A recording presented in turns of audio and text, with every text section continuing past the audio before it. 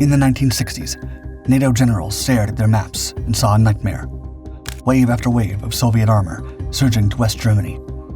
Russian T-55s and the brand new T-62s rolling west with nothing fast enough or strong enough to stop them. The US had the M60 Patton, West Germany the Leopard 1. Reliable, but not enough to be their salvation. Then Secretary of Defense Robert McNamara stepped in with a desperate proposition. One tank for two armies. Not a compromise, an unprecedented leap in technology. A machine that could sprint backward at 40 miles per hour, fire missiles through its gun, and duck behind cover on its monster suspension. A tank so advanced, so agile, that 50 tons of steel seemed to defy gravity, vaulting off the ground like it could fly.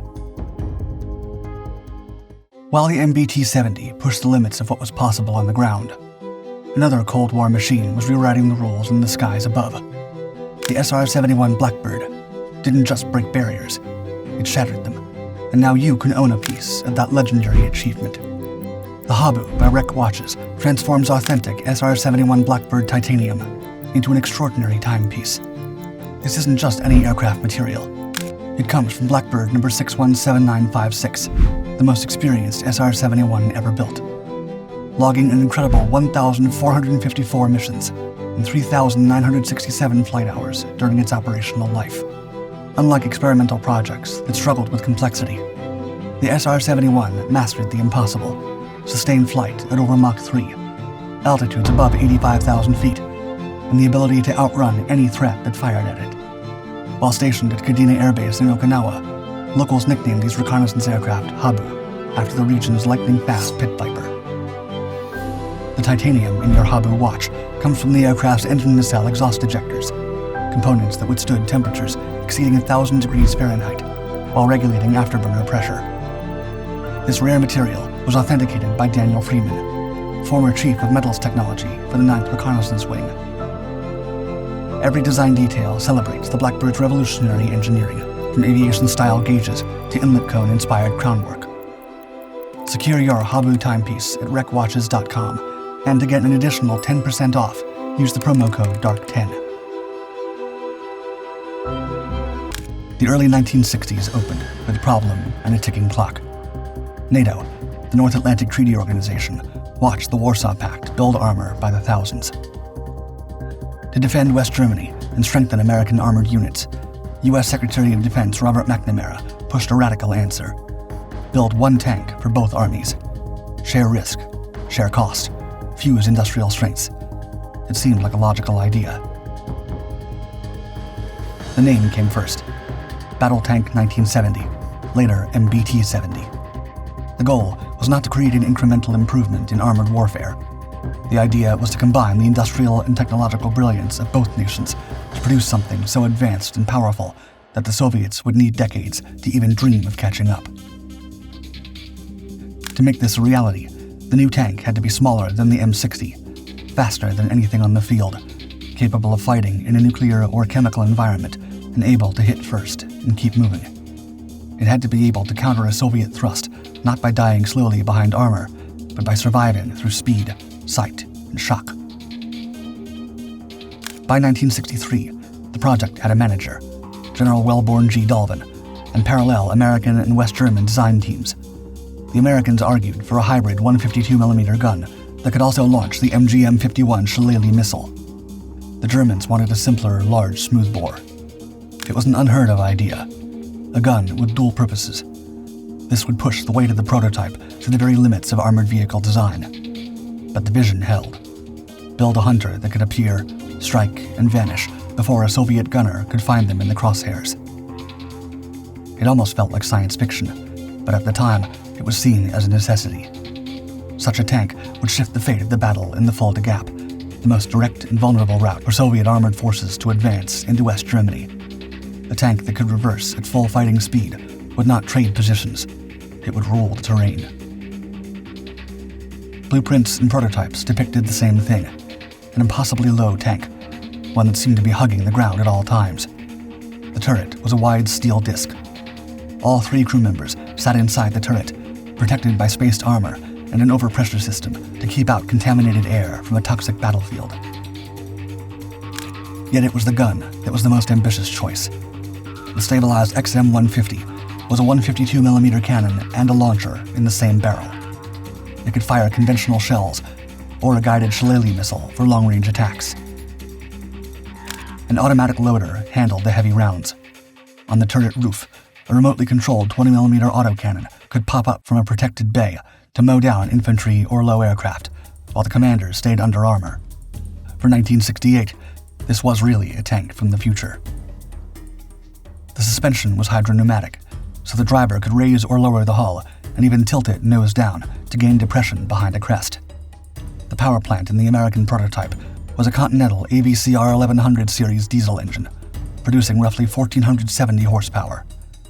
Top speed was recorded in the low 40 miles per hour range on roads, while the German variant rated near 1,500 horsepower.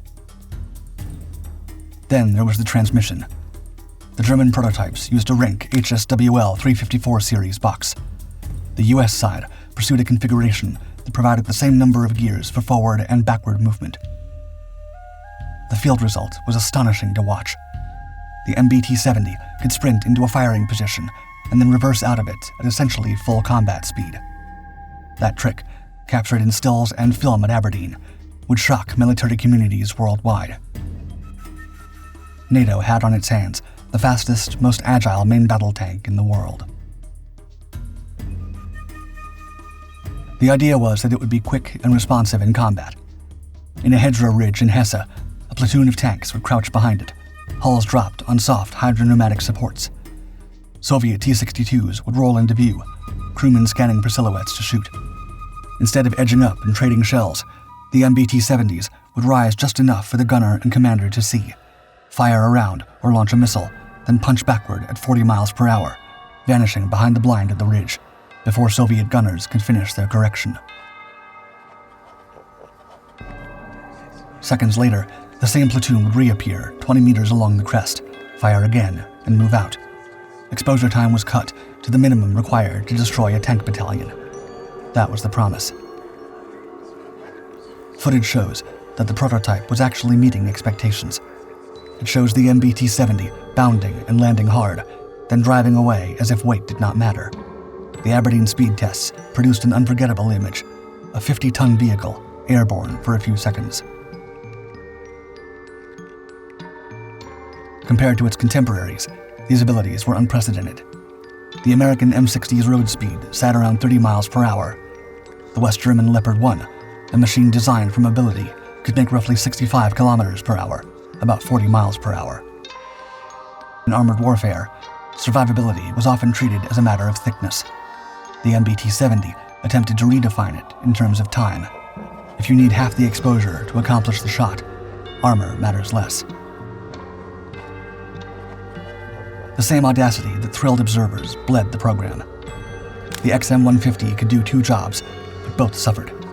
The missile guidance struggled with shock from launch, and the combustible cased ammunition for the conventional rounds carried the danger of cook-off when the chamber was hot after a missile launch. Testers experienced jammed or deformed rounds in the early automatic loaders. The roof gun, which looked so clever on a line drawing, proved awkward in practice. A machine built around many firsts asked crews and maintenance to solve too many problems at once. Human factors became a deal-breaker. The driver's rotating pod solved visibility with geometry and then created disorientation in motion. His eyes were aligned with the tank's heading, but not his whole body. Some of the testers who were meant to praise the concept climbed out green, wanting to vomit. None of that could be anticipated through spec sheets and blueprints. What on paper was the perfect main battle tank of the future was unraveling fast. Then came clashes between teams. The Americans and West Germans disagreed about the main armament. The Americans would not abandon the missile-firing cannon. Soon, the weight crept above 50 tons. The Americans didn't see this as a big problem, but in Germany, the bridge and rail limits were being breached. Most European bridges, especially in Western Europe, were designed to handle vehicles up to about 40 to 45 tons, and railways had a hard limit of 50 tons. A tank heavier than these limits would cause more harm than good. Through 1968, the budget slopes turned ugly. By 1969, the projected unit cost had climbed to about 5 times initial estimates, around $1 million per tank, a shocking figure for the time. West Germany bailed first in 1969. The United States tried to salvage a simplified derivative called XM803. In January 1970, the joint MBT-70 effort was halted. The American follow-up limped forward and then ceased in 1971. Yet the money and the lessons turned into two different successes. In Germany, the Leopard 2 emerged, and in the United States, the XM-1 became the M1 Abrams. The supertank's failure had been salvaged into a limited success. The footage suggests that a fast, low, durable, and missile-launching main battle tank was possible. If it had been produced, it would have certainly changed the landscape of the Cold War. NATO could shape engagements as hit and fade rather than absorb and trade. Combined with night vision and a stabilized fire control architecture, the MBT-70 would have been a force to be reckoned with. In mobility, nothing would have compared to the 70. The M60 was slow and backed like a truck. Soviet gunners, already trained for massed barrage fire rather than precision, would have faced a nightmare. Targets would flash into sight for only moments, vanish just as quickly, and reappear somewhere unexpected. Crews would waste shells on empty ground, and the psychological effect of shooting at phantoms would compound the material cost. Had MBT-70 entered service, the most dangerous place on a European battlefield might have been the second shot at an MBT-70 that was no longer there. The Abrams and Leopard 2 inherited the MBT-70's bones: the emphasis on survivability, the obsession with electronic fire control, and the conviction that speed was a weapon as decisive as armor or firepower. What emerged in service looked nothing like the prototype, yet under the paint and plating, the DNA was there. But the footage remains: a tank that could leap like a tiger and dominate the battlefield like a machine decades ahead of its time.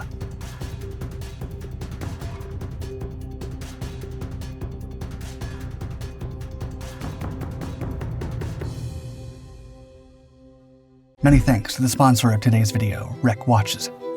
With their Habu timepiece, you can wear authentic SR-71 Blackbird titanium on your wrist. Visit recwatches.com to own a piece of the fastest spy plane ever built. And don't forget to use the promo code DARK10.